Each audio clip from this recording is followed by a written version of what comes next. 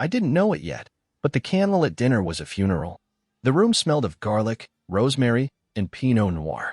She wore that black dress, the one with the low back that I always told her made her look like danger wrapped in elegance. Her perfume, amber, and something sweet I could never name, drifted across the table like smoke.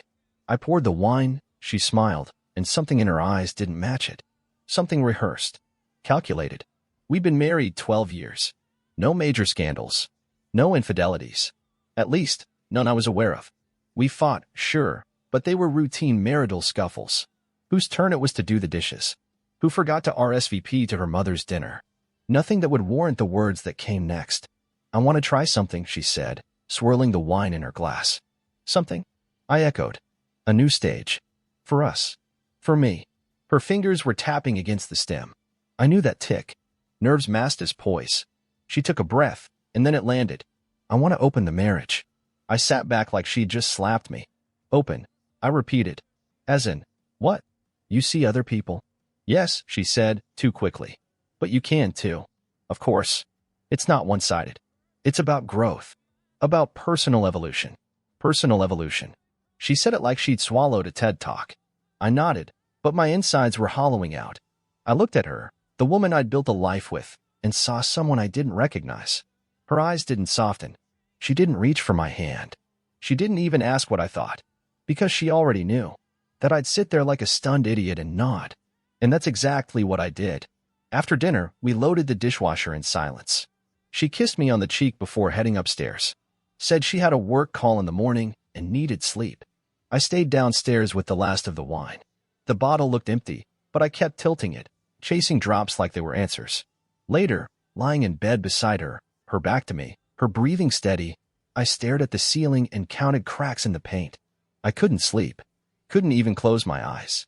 So I did something I'd never done before. I texted Maya. 2:08 a.m. Hey, sorry it's late. Can we meet early tomorrow before the pitch? Need to go over some numbers. The message was half lie, half lifeline.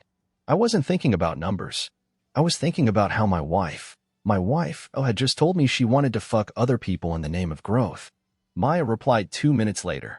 2:10 a.m. Sure. I'll bring coffee. 7 okay. That was Maya. Efficient. No questions. But I knew she'd ask when she saw my face. She always knew when something was wrong. My wife stirred in her sleep, rolling onto her back. The blanket shifted just enough for me to see the lace edge of her nightgown. The same one she wore on our anniversary last year. I used to find her intoxicating. Just a glimpse would spark something primal. Tonight, I felt nothing. No, that's not true. I felt like I was watching someone I loved vanish in front of me. I wanted to shake her awake, demand answers. Who was he? Was there already someone? Or was I supposed to smile while she hunted? But I didn't ask. Because deep down, I wasn't sure I wanted to know. I got out of bed before the sun rose. Showered, shaved, and dressed like it was just another Thursday. I didn't kiss her goodbye. Maya always beat me to the office, but not today. She arrived at 6:59, 2 large coffees in hand and her coat still damp from the morning drizzle. I was already in the conference room, staring at a whiteboard filled with numbers I didn't recognize anymore. My brain was fogged, part grief, part sleep deprivation. Probably more of the latter. She walked in with her usual confidence, heels clicking, dark hair pulled into a sleek ponytail, her eyes scanning me before she said a word. You look like shit, she said softly, sliding a coffee across the table. Good morning to you, too, I muttered, trying to fake a smile. It didn't take. Maya pulled out a chair, sitting down across from me. She wore a simple white blouse tucked into navy slacks, minimal jewelry, no nonsense, just the way she worked. Just the way I used to like things. Clean, organized, focused. But today I felt like I was drifting somewhere between a hangover and an emotional abyss. She flipped open her notebook. Okay, so you wanted to prep early. You worried about the Simmons pitch. I didn't answer right away. I was watching her fingers, a small chip in the polish on her thumb. Maya never let herself appear anything less than put together. That chip was the first crack I'd seen in her armor. Strange, the things you notice when your own life is splitting apart. No, not the pitch, I said finally. Her eyes met mine. Warm, steady, unnervingly perceptive. You okay? That's all she asked. No follow-ups, no pressure. Just the 3 words that undid me more than I expected. I hesitated, then shrugged. My wife dropped a bomb last night. Maya raised an eyebrow. She wants to open the marriage, I said, the words falling out before I could filter them. Said it's part of her growth. Like we're a self-help project. There was a beat of silence. Then another. And then she blinked, slowly. Well, she said finally, that's modern of her. I laughed, but it was bitter and hollow. Is that what we're calling it now? She leaned back in her chair, her arms folding across her chest, not defensive, more like she was bracing for the weight of what I just dropped. Are you okay with that? She asked. I don't know, I admitted. I don't think I am. But I didn't say no. I just nodded. Like a coward. You're not a coward, she said immediately. I met her eyes again. Something in them held. Something that made the room feel less fluorescent and clinical. I'm just tired, Maya. Tired of pretending things are okay when they're not. She's been distant for months. Cold. Like we're housemates who exchange polite hellos over coffee and shared Wi-Fi. Maya didn't interrupt. She let me keep going. And last night, I continued, she looked beautiful. Like, intentionally beautiful. Hair done. Red lipstick. Candlelight dinner. I thought she was going to tell me she got a promotion or booked a trip. But no. It was her way of teeing up the idea that fucking someone else is a form of personal evolution. Maya bit her lip, but I caught the way her jaw tensed. She say if there's someone already, she asked. No. But come on. You don't put on that dress and drop that line unless you're already halfway down the rabbit hole. She nodded slowly, looking down at her notebook. She hadn't taken a single note since she walked in. I'm sorry, she said quietly. I shrugged. Not your fault. No.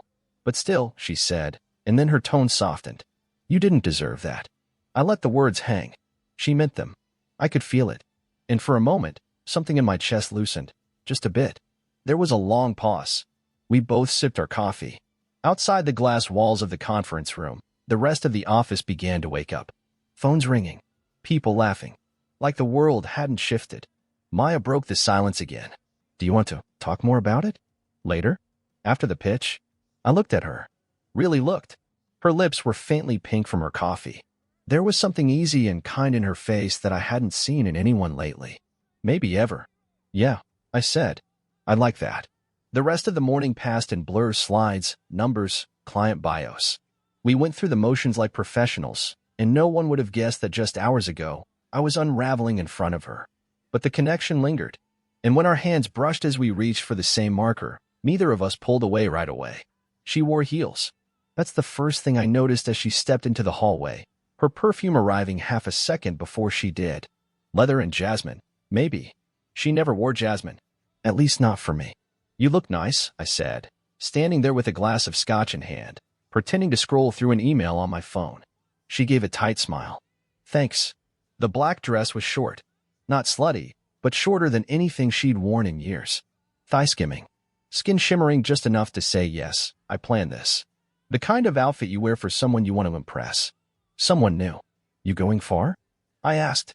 She opened her clutch and pulled out lipstick, applying it with practiced ease. Downtown. Wine bar. Is he someone I know? She didn't answer immediately. That hesitation told me more than the silence. No, she said eventually. Just someone I matched with. Matched. Like it was a job interview. Or Tinder. Probably both. She glanced at the clock. Don't wait up. My throat tightened, but I nodded. Again. Like I had some unspoken contract to remain calm, rational, polite. To not show her how surreal this felt. Watching her strut past me like we were just roommates now, and she had a date with a stranger who would get the version of her I hadn't seen in years. Have fun, I said, deadpan. She stopped at the door, as if reconsidering. For a second, I thought maybe she'd put down the keys and say let's talk or this doesn't feel right. But she just adjusted her hair, smiled like a woman who had already left me in her mind, and walked out. The door clicked shut. I stood there in the silence, then checked my phone out of habit. Nothing from her. Nothing from anyone. Except Maya. She'd sent a file an hour earlier, some final tweaks for tomorrow's proposal. But under it, a simple text. 7:02 p.m. Still at the office. Place is quiet. Come by if you want. I don't know if I meant to take it as an invitation, but I did. 10 minutes later, I walked into the office and found her in the break room. Her shoes were off, her blazer draped over a chair. She was microwaving something, leftover pad thai, by the smell. You came, she said, surprised but not unhappy. Didn't feel like being home. Bad night. I hesitated. Then, it's her first night out. Maya nodded, chewing slowly, her fork suspended midair. And how are you holding up? I laughed softly, like someone who just watched his wife dress up for another man. That's fucked, she said, with zero hesitation. And I don't know why, but hearing her say it, not softly, not with pity, felt like the first real thing anyone had said to me all day. You hungry? She asked. I shook my head. I just didn't want to be alone. Maya leaned against the counter, her eyes on me. Then you're not. We ended up in the small conference room with the lights low and a second bottle of wine she'd kept stashed in her desk drawer. She poured 2 glasses, pushed one toward me, and sat close, closer than necessary. We talked. Work, childhoods, music. She told me she used to play piano. I told her I used to draw. We laughed about how neither of us had time for hobbies anymore. Then we didn't talk at all for a while. Just sipped and listened to the silence hum between us. When she spoke again, her voice was quieter. So what happens next? You just let her go out? Date? I shrugged. She calls it freedom. Evolution. And you?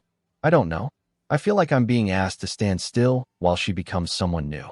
Maya leaned forward, eyes on mine. Then maybe it's time you become someone new too.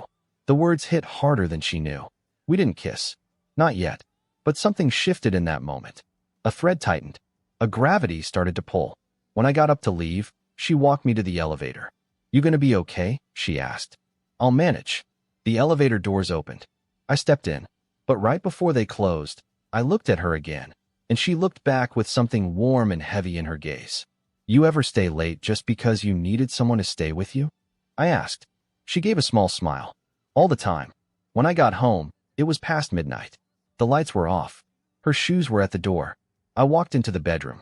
She was curled up in bed, makeup still on, facing the wall. Her phone buzzed once, lighting up the nightstand. I didn't look at it. I just lay down on my side of the bed, staring at the ceiling again. But this time, I wasn't thinking about her. I was thinking about Maya. Her voice. Her eyes. That smile that hovered just before the elevator doors closed. And for the first time in days, I slept. It was supposed to be a simple overnight for the firm's West Coast retreat. 2 days of networking, panels, and sponsored mixers in Santa Barbara. Maya and I had both been tapped to represent our department. I almost declined, not feeling up for anything social, but she convinced me with a look and a one-line email. You could use the change of scenery. So I went. The hotel was one of those coastal boutiques, all glass balconies and eucalyptus-scented lobbies. I arrived first, checked in, and walked to the desk to confirm my reservation. The clerk frowned, tapping the keyboard. Looks like there was a mix-up with your booking. The room type you were assigned has been overbooked. Okay, I said, unsure what that meant for me. But we've upgraded you to one of our executive suites at no extra charge. It's just, it has 2 beds instead of 1. You'll be sharing with Miss Chun? I blinked. Maya Chun. Yes, that's correct. It was listed as a dual reservation. Of course it was. Budget oversight. Someone probably checked the wrong box. HR would blame accounting. Accounting would blame the event planner. I should have corrected it, asked for a separate room, even offered to pay out of pocket. But I didn't. Maya arrived an hour later, breezing in with a carry-on and a coffee from the hotel bar. Her sunglasses were still on, her hair pulled into a high, no-nonsense ponytail. They gave us a suite, I said as I opened the door. She walked past me into the room, taking it in. Minimalist decor, ocean view, 2 queen beds, and 1 awkward pause thick enough to taste. Huh, she said finally, setting her bag down. Guess we're saving the company money. We could fix it, I offered, but it was half-hearted. We both knew it. It's fine, she said too quickly. We've worked late in tighter spaces. She said it like a joke, but neither of us laughed. The conference mixer that night was held on the rooftop terrace. Free wine, past hors d'oeuvres, and an endless stream of polite small talk. Maya and I stuck close, colleagues who knew how to read each other's discomfort with the corporate schmoozing machine. Halfway through the evening, she disappeared for 10 minutes. When she returned, her cheeks were pinker, her eyes a little softer. Did you sneak off and pregame without me? I asked, teasing. Maybe I needed to loosen up, she said, smiling. You should try it. I hadn't had anything but soda water until that point. But I nodded, gave in, and accepted the next glass of wine she offered. We danced once. Not because it was romantic. At least, that's what I told myself. It was the kind of slow jazz track that eases in during the end of a long evening when half the room has already left. I felt her fingers curl loosely into mine, her other hand resting lightly on my shoulder. We swayed, nothing fancy. Just weight, presence, warmth. "I'm glad you came," she murmured. I didn't answer. I was too busy trying not to notice the line of her jaw, the slight floral scent rising from her neck, the way her dress shifted when she leaned in, almost brushing against me. It had been so long since I felt anything like that. Back in the suite, the air was quiet. Moonlight poured through the open balcony, and the ocean hummed softly in the distance. I tossed my blazer onto the back of a chair, loosening my tie. Maya kicked off her heels and sank into the edge of the bed, rubbing her foot, wincing. "Damn," she muttered. These shoes were a mistake. I watched her for a second. Her blouse had slipped slightly down one shoulder, revealing the delicate strap of her bra. She caught me looking, and for the first time, she didn't look away. "You okay?" she asked, voice soft. "I don't know," I said honestly. She stood, closing the space between us. "Then maybe stop thinking." And she kissed me. It wasn't rushed. It wasn't frantic. It was slow, intense but searching, like we were both testing the water we'd been circling for weeks. Her mouth was warm, tasting of wine and breathy tension. Her hand slid into my shirt, palms flat against my chest, and I realized I hadn't been touched like that in months. Maybe longer. I didn't stop it. We moved to the bed. Clothes fell away, deliberate and clumsy all at once. There was nothing planned, no dirty talk, no practiced seduction. Just breath, skin, want. Her back arched, my hand tangled in her hair, and everything that had been held back, the frustration, the loneliness, the unanswered need, poured out like a dam cracked wide open. It wasn't just sex. It was release, relief, guilt, fire. Afterward, we lay tangled in the sheets, not speaking. The only sound was the faint crash of waves outside the window and our own slowing breaths. "I'm sorry," I said eventually. She turned her head, eyes unreadable in the low light. "We don't have to be," we said one night. I reminded her. She nodded. One night. But we were both lying. And we both knew it. Her tone was almost cheerful when she said it. "I found something in your coat pocket." I turned from the sink, toothbrush dangling from my mouth, foam gathering in the corner of my lips. Her eyes met mine through the mirror, cool, amused, a little too calm for 7:30 on a Tuesday. "You did?" I asked, wiping my mouth.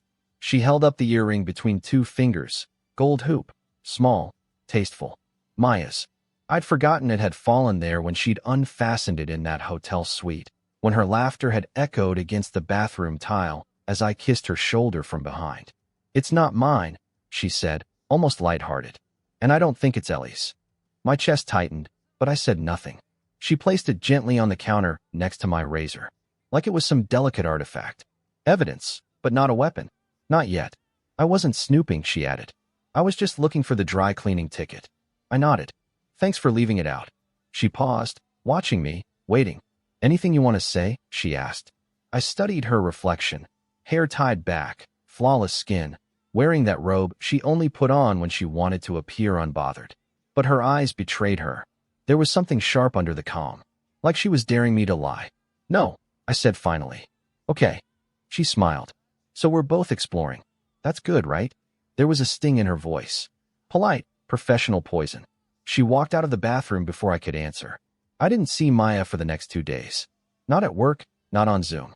She sent a few texts, work-related, formal. Wednesday, 2:47 p.m. I updated the deck. Client wants fewer charts, more takeaway. Thursday, 11:19 a.m. HR needs your signature on the Q3 budgets. I left them on your desk. She was creating distance. I could feel it. On Friday, I finally caught her leaving the break room. She wore flats, no makeup, no earrings. "Hey," I said. "Hey, got a minute?" She nodded, but barely met my eyes. We stepped into my office, door closed. "Are we okay?" I asked. "I don't know," she said. "Are we?" There it was. The moment we stopped pretending. She found the earring, I admitted. Didn't get angry. Didn't even ask who it belonged to. Just smiled and said we're both exploring. Maya blinked slowly. "That's cold." It was. but I can't stop thinking about us. That night.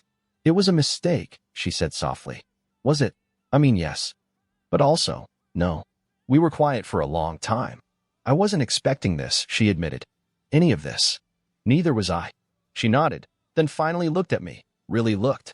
I don't sleep with married men. I winced. I didn't plan this. I know. That's the problem. The next night, Dana dressed up again. Same scent. Same flick of mascara. Same late text. 8:02 p.m. Meeting someone for drinks. Don't wait up. She didn't ask if I had plans. Didn't wonder where I was going. Maybe she didn't care. Or maybe she just assumed I wouldn't go anywhere.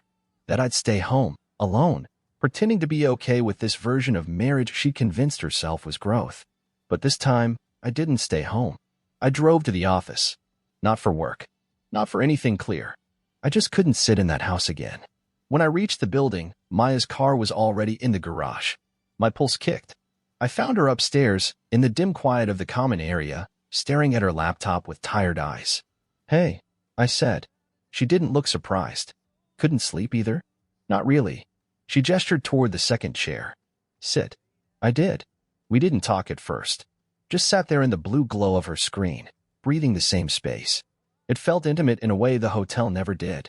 After a while, she got up, disappeared for a few minutes, and came back with 2 coffees. Still believe it was a one-time thing? I asked. She hesitated. I tried to. So did I. We sipped quietly. Then I reached over, touched her hand. She didn't pull away. I didn't go home that night. Nothing happened between us. No sex. No kissing. Just silence, coffee, and eventually, her head resting on my shoulder as the dawn crept into the city through the glass wall. But in a way, it was more intimate than anything we'd done in that hotel room. It was dangerous. And we both knew it. Maya didn't knock. She just slipped into my office around 6:45 p.m. after everyone else had gone home. I'd been staring at the same spreadsheet for 15 minutes, trying to convince myself I still cared about quarterly numbers. I need to say something, she said, already closing the door behind her. Her voice was too steady, that kind of calm that hides something volatile beneath. I looked up, caught the storm in her eyes. She was dressed like usual, business casual slacks, blouse tucked in, but there was a tension in her body, her posture, like she'd been rehearsing every step of this moment. I set my laptop aside. What is it? She didn't sit down. She leaned against the door and crossed her arms, defensive, unsure, brave. I can't do this halfway anymore. I blinked. Do what? You, she said softly. Us. This. Avoidance thing we've been doing. The pretending. I tried to act like it was nothing. That Santa Barbara was just stress, wine, timing. But it wasn't. At least not to me. I swallowed, heart rising like it wanted to break out of my chest. It wasn't nothing to me either. She finally sat, perched at the edge of the chair across from me, knees close, fingers fidgeting with the hem of her sleeve. I told myself I'd never get involved with someone unavailable, she continued. I watched my mom stay with a man who always had someone else in the background. I promised I'd never be that woman. You're not, I said, too quickly. Her eyes snapped to mine. Aren't I? I leaned forward, elbows on my desk. Dana's out almost every night now. We barely talk. She sends me pictures of cocktails with captions like trying something spicy. Like I'm her roommate, not her husband. That doesn't make it okay, Maya said gently. No, but it makes it real. It makes this, emotion between us, the only thing that feels like it's alive anymore. She closed her eyes for a second, then opened them. I have feelings for you, she said. That's what I've been trying not to say for days. Maybe longer. I thought it would pass. I thought if I kept it inside, it would fade. But it's not. I didn't move. I just let it hang there, like a confession dropped into a chapel. She stood again, pacing now. I know I'm not supposed to. I know this is messy. But when I'm with you, it's not just about sex or comfort. It's you. Your mind. The way you talk to me like I matter. The way you listen. You do matter, I said. She stopped pacing. I think I'm falling in love with you, she whispered. There it was. Not flirty. Not teasing. Just the raw truth. A truth I hadn't let myself think out loud, but one that had lived in the back of my chest for weeks now, growing roots. I stood and crossed the space between us. She didn't move as I stepped closer. I reached up, touched her cheek gently, tracing the edge of her jaw with my thumb. Her skin was warm, her eyes wide and searching. I kissed her. Not in secret this time. Not like we were stealing something, but open. Sure. Certain. Her arms wrapped around me, slow and deliberate. When we finally broke apart, she leaned her forehead against mine. What now? She asked. I don't know, I said, truthfully. But I can't pretend you're just my coworker anymore. I can't be your secret, she said. Not long term. You won't be. She nodded, taking a breath like she was bracing herself for everything that was about to come crashing down. I'm scared, she whispered. I am too. We went to dinner. Not a date. Not really. But it felt like one. A quiet Thai place a few blocks from the office. Dim lighting. A corner booth. No eye contact from the waitress when Maya reached for my hand under the table. We didn't talk about work. We didn't talk about Dana. We talked about music, childhood vacations, books we never finished, movies we pretended to like because everyone else did.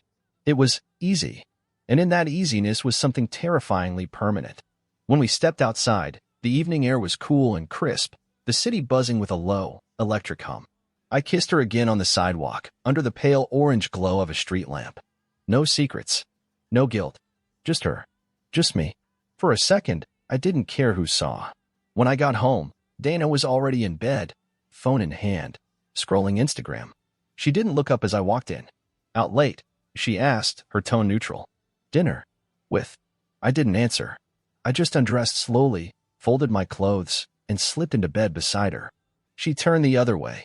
I stared at the ceiling, the same cracks I used to count now blurred by the haze of certainty. For once, I didn't feel lost. Or confused. I felt anchored. I'd kissed someone else in broad daylight. And I didn't feel sorry. She found out on a Thursday. I was in a strategy meeting when I saw Dana's name flash across my phone screen, followed by a second text, then a third. 11:04 a.m. We need to talk. Now. 11:05 a.m. I know about Maya. 11:07 a.m. She works for you. You couldn't even keep it outside the office. My chest tightened. Not from fear. From inevitability. I excused myself, murmured something about a client call, and stepped into the hallway. My phone rang before I could dial her. Hello, I said. You cheated, Dana hissed. You fucking cheated. My silence was answer enough. I saw the security log. You badge into the office at midnight on the nights I'm out. Don't insult me by pretending it was work. I'm not pretending, I said, voice low. I'm done pretending. There was a long pause. Then, colder, she's fired. No. I want her gone. I want her out of your department, out of your life. I leaned against the wall, staring out over the city skyline. You opened this marriage. You told me to explore. And I did. But I didn't sleep around. I fell in love with someone who makes me feel something again. Oh, please, she spat. Don't romanticize it. She's your employee. It's disgusting. She's the only real thing I've felt in months. There it was. The confession that killed whatever was left. You're pathetic, Dana said, voice flat. You're weak. Do you think she actually loves you? You're a middle-aged man sleepwalking through a midlife crisis, and she's a smart girl who knows how to play the long game. Is that what you're doing? I asked. Because you sure played me. The line went silent. Then, in a voice suddenly small, I never thought you'd be the first to fall. And then she hung up. Maya found out an hour later.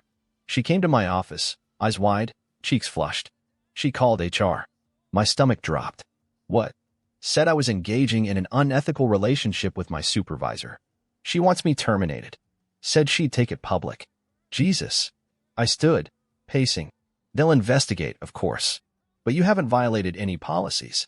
You didn't report to me directly. She's threatening to go to the board. She won't. She already has. The silence in the room felt alive. I didn't mean to blow up your life, Maya whispered. This was never about climbing ladders or corporate perks. I don't want your job. I just wanted you. I stepped to her, reached for her hands. She was trembling. You haven't ruined anything. You're the only part of it that feels real now. But if I stay, I become that woman. Then leave, I said, quietly. But not because of her. Because we decide it's time. She looked up at me, her eyes glassy. And us. That doesn't change. Dana packed a suitcase that night. I came home to the sound of drawers slamming. She stood in the closet, yanking dresses off hangers, stuffing them into a Louis Vuitton she hadn't used in years. You're leaving? I asked. Temporary. I need space. Space from what? From you. From watching you walk around like the victim in all this. You left first, I said. You just didn't have the guts to admit it. She stopped folding. Do you know what it's like to watch your husband fade into someone else's shadow? She said. To feel like you've already been emotionally replaced months before anything physical ever happened? I do, I said. Because I've been watching you do that for over a year. She zipped the bag. I want a separation. I nodded. I figured. She stopped at the door, looked over her shoulder. She's going to break your heart, she said. And I won't be here to clean it up this time. Then she was gone. Maya met me for coffee the next morning. Her eyes were tired, but she looked calm. I spoke to HR, she said. They're not firing me. But I asked to be reassigned. Out of my department? She nodded. You okay with that? I asked. No, she said. But I'm more okay with that than losing you. We sat there for a while, the silence between us warm and real. Her hand found mine under the table. I'm scared, she said, for the second time in as many weeks. I'm not, I told her. Not anymore.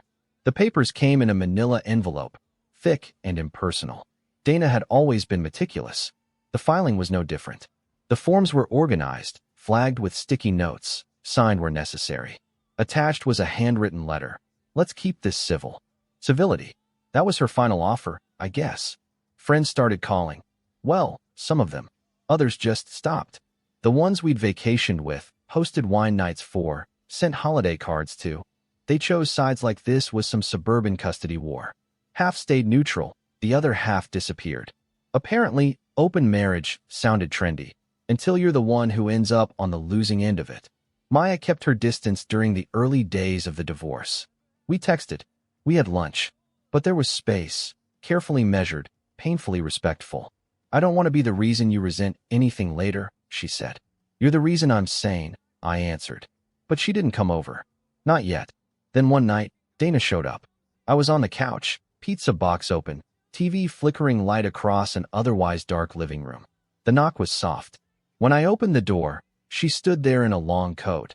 No suitcase, no shoes, just barefoot and hollow-eyed, like someone who'd walked through a dream and couldn't wake up. Can I come in? She asked. I nodded, stepping aside.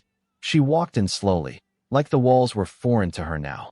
She ran a finger along the back of the sofa, touched the edge of a photo frame. Us in Italy, 5 years ago. I hadn't taken it down. You've lost weight, she said, finally turning to face me. I stopped eating pasta for 2, I said, trying to deflect. But the bitterness didn't land. She stepped closer. I miss this place, she whispered. I miss knowing who I am in it. You mean you miss control? I said. That hit. She flinched, barely, but didn't deny it. We stood there, inches apart. Then, without a word, she kissed me. It was soft, familiar, mechanical almost, like muscle memory. My hands didn't move. My lips barely did. It felt like kissing a ghost. She pulled back. I still love you, she said, eyes shining with some mix of regret and desperation. Maybe we can undo all this. Maybe it doesn't have to be. It already is, I said gently. You left. So did you, she snapped. No, I replied, voice steady. You gave me a passport and told me to explore. I just went somewhere better. That was it. That was the moment she knew. She nodded once, gathered her coat around her shoulders, and left without another word. Later that night, I texted Maya. 10:17 p.m. She came by. 10:19 p.m. Did she try to change your mind? 10:20 p.m. She tried, but I didn't let her. There was a pause before she replied. 10:22 p.m. Okay. 10:24 p.m. I don't want to be a rebound. I don't want to be your reaction to a broken marriage. 10:25 p.m. You're not. You're the thing I ran toward. Not away. That silence again. Then, 10:31 p.m. Can I come over? She arrived in jeans and a hoodie, hair pulled back, no makeup. The version of her I'd never seen outside of the office. She stepped in, dropped her bag, looked at me without needing to say anything. I kissed her before I said a word. It wasn't urgent. It wasn't about release. It was just us, quiet, open, unguarded. We sat on the floor after, backs against the couch, fingers laced, pizza still untouched. She leaned her head on my shoulder. Tell me this is real, she said. It is. She closed her eyes. And for the first time, I felt the weight of everything lift, not all at once, but enough to breathe. The next morning, I got a text from Dana. 7:48 a.m. I'll sign everything. No fighting. I'm done. I stared at it for a long time. Then I deleted it. Not because it didn't matter, but because it didn't change anything. The fallout was over. Now, there was only what came next. She didn't see the envelope at first. It was sitting on my desk when Maya walked into the corner office, her arms full of budget revisions and coffee in a paper tray. Her hair was windswept from her walk-in, cheeks flushed from the morning chill. "You beat me in for once," she teased, setting the tray down. "Should I be worried?" "Not unless you're allergic to change." She tilted her head. "That sounds cryptic." I picked up the envelope, handed it to her. "Open it." She eyed me warily, then slid a finger under the flap and pulled out the document inside. Her eyes scanned the top line, then froze. "Vice President of Strategic Operations," she read aloud. I nodded. "It's yours. Official as of next month." Maya blinked. Twice. Then laughed, nervously. "This is a joke." "It's not. I've only been here 2 years. You've outpaced people who've been here 10. She set the envelope down, still staring at it like it might combust. "You know what people will say. They'll say you earned it. They'll say I slept my way into it. I don't give a damn what they say." She looked at me, really looked. "Are you doing this because of us?" "No," I said. "I'm doing this because you've been running half of this department for a year and making me look smarter than I am. Us. That's just the best part of my day." She smiled, just barely. Then her brow furrowed. "But what happens now? When this gets announced? When Dana hears?" "It already leaked," I said. HR moved fast. Dana called this morning. Said, "I'm handing you the company to seal the affair." And I told her she doesn't get to write this story anymore. Maya stared at the floor for a second. Then quietly, "I want it. The role. But not if it ruins you." "It won't." "You sure?" "I've never been more." She came around the desk, still holding the offer letter like it was fragile. Then she leaned in, kissed me right there in the office. Not hidden. Not rushed. When she pulled back, she said, "If I accept this, everything changes." It already has. The announcement went live at 2 p.m. A company-wide memo, Maya's name in bold, attached headshot looking poised and fierce. Some congratulated her with genuine smiles. Others didn't. You could feel the air shift in certain circles, murmurs, quick glances when we passed in the hallway. But no one said anything to our faces. They didn't have to. We'd made our peace with the rumor mill. We knew the story they wanted, the affair that turned into a promotion, the power dynamic, the ethics. They weren't wrong to wonder. But they were wrong about us. Because this wasn't about seduction. It wasn't about leverage. It was about timing. About two people who happened to find each other when everything else was falling apart. That night, I made dinner at my place: steak, asparagus, a bottle of Cabernet I'd been saving since Dana bought it and forgot it existed. Maya walked in, kicked off her shoes, and sank into the couch with a long sigh. "Today was weird," she said. "It'll get better." She smiled. "It already has." After dinner, we sat outside on the balcony, wrapped in a shared blanket, watching the city move below us. 1,000 lives lit behind windows, none of them ours. "Can I ask you something?" she said. "Always." "Do you think you would have left her if she hadn't asked for an open marriage?" I was quiet for a long time. I think I would have stayed. Out of habit. Guilt. Comfort. And that scares the hell out of me. Maya nodded. "Me too." Then, softly, "But you didn't." "No," I said. "Because of you." She rested her head on my shoulder. "I used to think love was supposed to be dramatic," she murmured. "Intense. Like passion and jealousy and chaos. But this feels quiet." I kissed her forehead. "Quiet's good. Quiet feels like forever." We fell asleep on the couch that night, limbs tangled, wine forgotten on the coffee table. No secrets. No shame. Just the soft, steady rhythm of a beginning. Not stolen. Not forced. Ours. 1 year later, I barely recognized my own life. The divorce had been finalized months earlier, clean, uncontested. Dana moved across the city, kept her name, her condo, her therapist, and most of her curated Instagram presence. The last we spoke was civil, distant. She asked about the company, not about me. I think she wanted me to know she'd detached. That made 2 of us. The office had settled, too. The whispers faded. Maya's promotion, once headline gossip, became routine. She ran her division with a precision that made critics fall silent. Even the board took notice. I watched it all from my new position, senior partner and acting COO, grateful, every day, that she chose to stay. Not just in the company. In my life. On our 1-year anniversary of us, I took her to the first restaurant we'd ever sat across from each other after hours. The little Thai place from that rainy night when everything changed. You remembered, she said, smiling as we sat down. I remember everything, I said, especially the part where you brought me back to life. Dinner was warm, simple, real. No performance, no pressure. Just us, sharing plates and laughing at the version of ourselves who thought this would be one night, one mistake, one goodbye. Back at our apartment, the one we moved into 6 months ago, I poured her a glass of wine, then handed her a small envelope. She raised an eyebrow. Another promotion? Not exactly. She opened it. Inside, a simple itinerary. Paris. 2 weeks. No work. No Wi-Fi. Just us. She laughed, genuinely. You're serious? I want us to stop borrowing time between meetings and crisis emails. I want us to feel what it's like to just be. No strategy. No roles. Just real. She pulled me in and kissed me with a slowness that reminded me why I'd followed her down this path in the first place. Because she didn't ask me to become someone new. She just made it safe to be who I already was. A week later, I was walking through the main lobby of our building when I saw her. Dana. Hair shorter, blazer crisp, heels clicking across the marble. She hadn't changed much. Still elegant. Still cold beneath the surface. She saw me. Slowed. Her eyes drifted to Maya, standing beside me, laughing at something on my phone, her hand casually resting on my arm. Dana paused. Our eyes met. And I saw it. Regret. Not longing. Not bitterness. Just that silent recognition. She gambled her version of freedom and lost something she hadn't realized was irreplaceable. I didn't wave. I didn't speak. I just turned back to Maya. And she smiled. We flew out that night.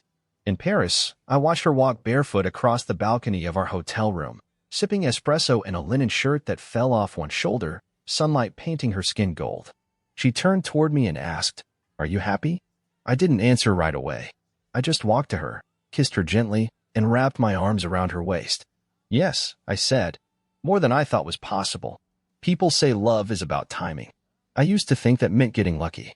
Being in the right place, at the right time, with the right person. But I don't believe that anymore. I think love is what you build when life doesn't go the way you planned. When someone hands you an empty space, and instead of filling it with fear, you let someone else in. Fully. Fearlessly. Finally. Maya wasn't the detour. She was the destination. And as I stood with her that morning, overlooking the Seine, with the past finally behind me, I knew something with absolute certainty. I hadn't lost a wife. I'd found a real partner.